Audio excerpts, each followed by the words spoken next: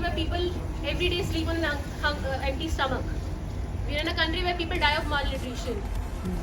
So it is essential to make sure that this excess food is reaching the proper place. Second major thing that we do is something called academy, the Robin Hood Academies. The Robin Hood Academy is basically a bridge between the street and the schools.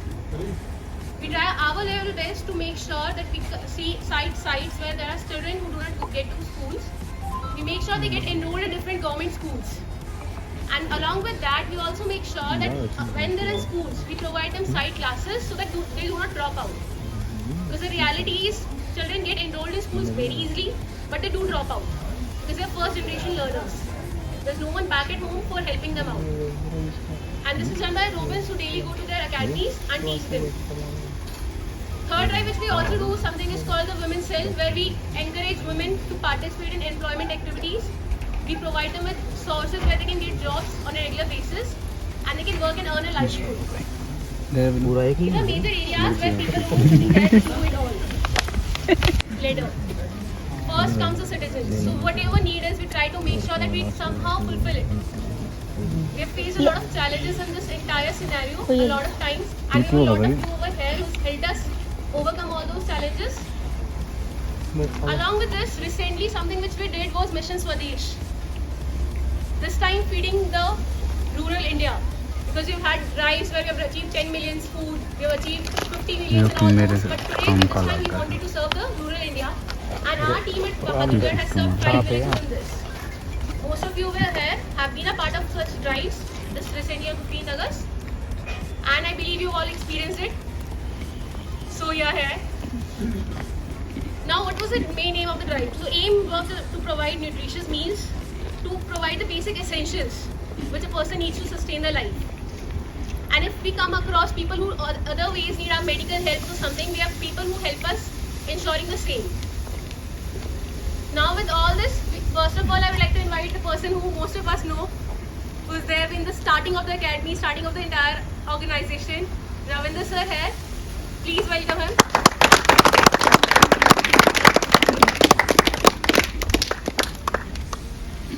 सबसे पहले तो एक बार जो robin बैठे हैं ना, सबसे पहले अपने लिए तालियां बजाओ।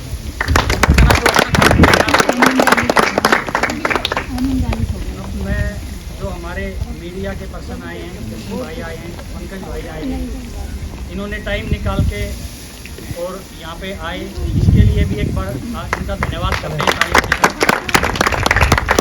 हमारे बीच में कुछ लोग ऐसे हैं जो हम लोगों को शायद नज़र नहीं आते, लेकिन रोबिन हुड आर्मी के अंदर उनका एक बहुत बड़ा सहयोग रहता है हमारी चीज़ों को पहुंचाने के लिए, हमारी बातों को पहुंचाने के लिए क्या हम कर रहे हैं। और क्योंकि हमारी ऑर्गेनाइजेशन, जैसे गरिमा ने बताया कि जीरो फंड ऑर्गेनाइजेशन, तो हमें वॉलंटियर चाहिए, हमें चाहिए समय देने के लिए। समय लोगों के पास है नहीं, और समय जब मिलेगा जब हमारे साथ जब हम काम कर पाएंगे, जब नए नए लोग या ज़्यादा लोग हमसे जुड़ पाएंगे। और मीडिया एक ऐसी माध्यम है हमारा, चाहे सोशल मीडिया हो चाहे प्रिंट मीडिया हो, जिसके थ्रू बहुत सारे लोग हमारे से जुड़े होंगे।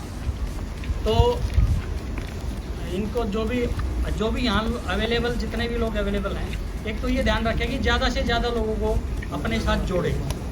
तो सबसे इम्पोर्टेंट पॉइंट ये है कि जीरो फंड ऑर्गेनाइजेशन में, वॉलंटियर बेस्ड ऑर्गेनाइजेशन में हमारे साथ ज़्यादा लोग कैसे आएँ, ताकि हम नीडी फैमिलीज़ को, नीडी सीनियर सिटीजन को या नीडी सिटीजन को कैसे हम सर्विसेज प्रोवाइड कर पाएँ।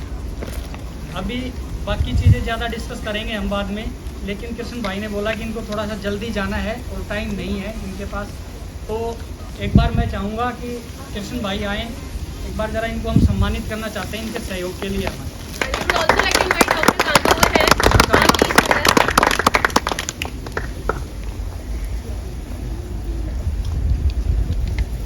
हमने सबके लिए सर्टिफिकेट बनाए हैं, इसमें इसकी वैल्यू अगर देखा जाए तो कुछ भी नहीं है जो हम काम कर रहे हैं, लेकिन फिर भी हम चाहते हैं कि थोड़ा सा मोटिवेशन मिले।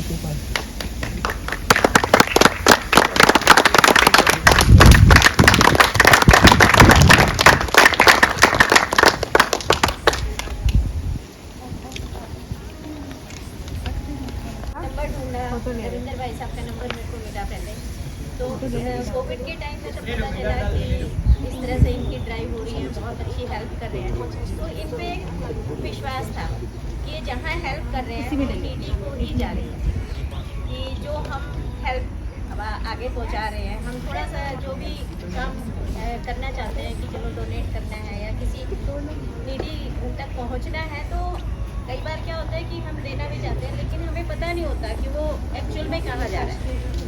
तो हमारे लेकिन जो सबसे आप लोग जो काम कर रहे हैं ड्राइव में, जो सबसे बड़ा दान है समय का दान।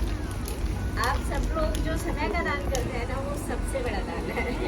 हम तो एक माध्यम है, लेकिन वहाँ तक पहुँचना, एक सर्वे करके उसमें इतनी मेहनत लगा कि कहाँ कौन नीडी है और उस नीडी तक उसका जो सहायता है वो एक टाइम पे पहुँचना, वो सबसे बड़ी बात है। इसके लिए हमेशा मैं आपके साथ हूँ।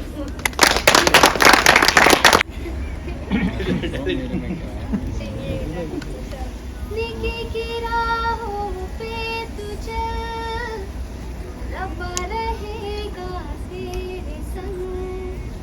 लेके के राहों पे तू चल, रब रहेगा तेरे संग। वो तो है तेरे दिल में, हाँ यूं तो बाहर से ढूंढता। लेके के राहों पे तू चल, रब रहेगा तेरे संग। जज्बा रखो कि ये वाला जो रॉबिन हुड आर्मी का काम है ना, ये हम सबको पता है कि ये हमारा वो काम है जब हम फ्री होते हैं तो जाते हैं। काम छोड़ के, परिवार को छोड़ के यहाँ आने की ज़रूरत नहीं है। इसलिए हम चाहते हैं कि हमारी जो फैमिली है आरएचए की, वो इतनी बढ़ जाए कि कोई काम रुके नहीं। तो अपने परिवार को प्रायोरिटी पे रखो। साथ में अगर कोई पड़ोसी कोई किसी चीज़ से परेशान है तो उसकी सहायता करनी है। और जो काम हम कर रहे हैं ना, चाहे कोई पढ़ रहा है चाहे कोई नौकरी कर रहा है, उसको इतनी डेडिकेशन से करो कि मतलब नींद नहीं आनी चाहिए वो काम पूरा नहीं हो जाए तब तक। चाहे वो 1 साल का टारगेट हो, चाहे वो 2 साल का टारगेट हो, तो ये काम हमने करना है। एकेडमी पे भी हम काम करते हैं ना, तो अगर मान लो हम कई बार ये सोचते हैं कि हमने एकेडमी तो चला दी, आज हम 20 बच्चे हैं वहाँ, उसमें से सिर्फ 5 बच्चे हैं जो हमारे साथ स्कूल जाना चाहते हैं। उन 5 बच्चों से में भी थोड़े हो सकता है कि महीने 2-4 महीने बाद 1-2 ही बच्चा रह जाए जो कंटिन्यू पढ़ाई करेगा। लेकिन एक बात हमें ध्यान में रखनी है, अगर 20 बच्चों में से एक बच्चा 10वीं पास करके अगर पियोन भी लग गया ना, तो भी हमारी मेहनत सफल होगी। ये बात हमने रखनी, ये नहीं सोचना कि भाई हमारे यहाँ आने से होगा क्या। कई जगह हम देखते हैं कि हम सोचते हैं कुछ नहीं, लेकिन उसका इम्पैक्ट जरूर आता है जो हम अच्छा काम करते हैं और उसको हम रेगुलर करते हैं। ठीक है, तो मैं मैसेज डालो तो कर ही देते हैं। अब तो एक्टिव इतने हो गए हैं, तो हम लोगों को ये भी ध्यान रखना कि किसी का विरोध ना करें। कहीं पे जाते हैं तो उनसे प्यार से बात करें, रॉबिन हुड आर्मी का नाम खराब ना हो। और आरएचए की टी-शर्ट पहन के किसी पॉलिटिकल प्रोग्राम में ना जाए। कहीं पे भी जाओ, पर्सनल लाइफ में कुछ भी करो, कोई प्रॉब्लम नहीं है। आरएचए की टी-शर्ट पहन के ना किसी ऐसी जगह ना जाए जहाँ पे पंगा हो। ठीक है, एक बहुत बड़ा केस हमारे साथ हो गया था, हरी याद है? मैं जस्ट एग्जाम्पल के लिए बता रहा हूँ ये बात कि ऐसी चीज़ें हो जाती हैं। हमारे साथ एक लड़का था, नाइट ड्राइव पे चला गया, और नाइट ड्राइव पे जब वो घर जा रहा था, हम अपने घर चले गए, तो रास्ते में उसको एक अंकल जी मिल गए। और उसकी ना भावना बहुत ठीक थी, ऐसा नहीं है कि वो गलत था लड़का, उसकी भावना बहुत ठीक थी, लेकिन जो सेवा करनी चाहिए ना उसका तरीका थोड़ा सा गलत हो गया। एक अंकल जी उनको मिल गए रास्ते में, और वो बोले, अंकल जी आप रात को क्या कर रहे हो? तो उसने बोला कि मेरे बच्चों ने ना मुझे घर से निकाल दिया। अब उस तो थोड़ा सा जवान खून था, उसने सोचा कि ऐसे कैसे निकाल दिया भाई घर से बाप को। अब वो क्या हुआ कि वो उसको लेके उसके घर के एड्रेस पे चला गया। उसने उनकी बेल बजाई, वो पहले तो उन्होंने दरवाजे नहीं खोले, और जब दरवाजे खोले तो उन्होंने बोला, भाई अंकल जी को निकाल कैसे सकते हो, तो इन्होंने तुमको पैदा किया, ये मतलब वो भावुक काफी हो गया। अब उसने पुलिस को कॉल कर दिया, और साथ में ही उसने हमारा सोशल मीडिया से उठा के नंबर, और हमारी जो सेंट्रल टीम है रॉबिन हुड आर्मी की, उनके पास फ़ोन मिला दिया कि आपकी रॉबिन हुड आर्मी क्या काम करे कि वो रात को उठा के परेशान करते हैं, ये करते हैं। तो उनका मेरे पास फ़ोन आया कि ऐसे ऐसे हो गया। मैंने अंकुश को फ़ोन किया, मैंने कहा भाई कुछ बात हुई थी रात को? बोला भैया मैं अभी उठा हूँ, मैं बताने वाला था आपको, ऐसे ऐसे हुआ था। मैंने कहा यार कोई बात नहीं, मैंने कहा मैं देखता हूँ। मैंने उनको फ़ोन किया कि भाई मैं संभाल लूँगा चीज़ें, कोई दिक्कत नहीं। तो अब जैसे काम करते हैं हम, तो तब तक SHO वगैरह का भी फ़ोन आ गया था, तो जब उनको पता चला, मैंने बताया मैं Ravindra Sharma robin hood army से, और ऐसे वो समझ गए कि हाँ भाई ये ग्रीन, ज़्यादातर लोग ये जानते हैं कि हाँ ग्रीन टी शर्ट वाले लोग घूमते हैं रोडों पे रात को। बोला हाँ यार, और वो रात को मिल भी जाता है पुलिस वाले। फिर हरी से बात, अरुण पहुँचा की, और इन हमने सारे सबने बात करके उस मैटर को हमने सेटल किया। हालांकि अल्टीमेटली गलती उस अंकल जी की थी, क्योंकि वो खुद बच्चों को इतना परेशान कर रहे थे लेकिन फिर भी एक राइट था। यहाँ पे कोई एडवोकेट है तो बताएगा, वो अलग चीज़। उसने नहीं, वो लीगली जाए तो बात अलग ही हो जाती है ना, बिल्कुल ही अलग हो जाती है वो तो वो हमारे उसमें जो high court, Delhi high court से एक एडवोकेट थे, उन्होंने ही हमारे को RHA सेंट्रल से फ़ोन किया था, और यहाँ SP को ही फ़ोन किया था उन्होंने कि राइट्स नहीं है ऐसा परेशान करने का। अगर वो उसे घर लेकर गया, उसने कुछ नहीं बोला है, उसे घर तक छोड़ने गया है, और बच्चों को ये वो नहीं है, कोई राइट नहीं कि अपने रात के टाइम अपने माँ बाप को घर से निकाल सके। और एक राइट आया हुआ, कोई अपने पेरेंट्स को निकाल नहीं सकता है, चाहे वो घर में काम करे ना करे या कुछ भी करता हो। लोगों को जरूरी नहीं है पेरेंट्स भले निकाल दे, लेकिन बच्चों को कोई राइट नहीं है निकाल सकते। कि उनके दो लड़के जिनकी हाँ। सेक्टर में भी कोठी है, ठीक है, और वो दूसरे जो अपना सिटी में रह रहे थे, वो हाँ। इतना परेशान कर रहे थे कि वो सेक्शन कोई उनको 125 रख सब नहीं क्लोज टू।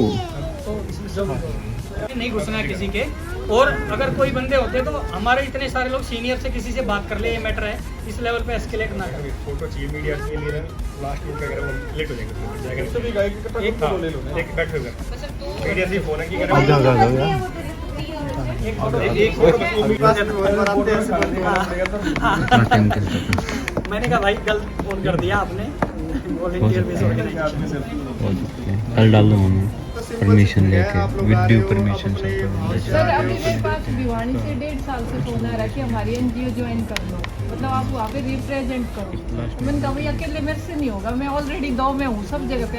तो बोले रोज ग्रीन टी शर्ट पहन के भी तो खड़ी रहे है। तो मैंने कहा भाई अकेले नहीं होगा।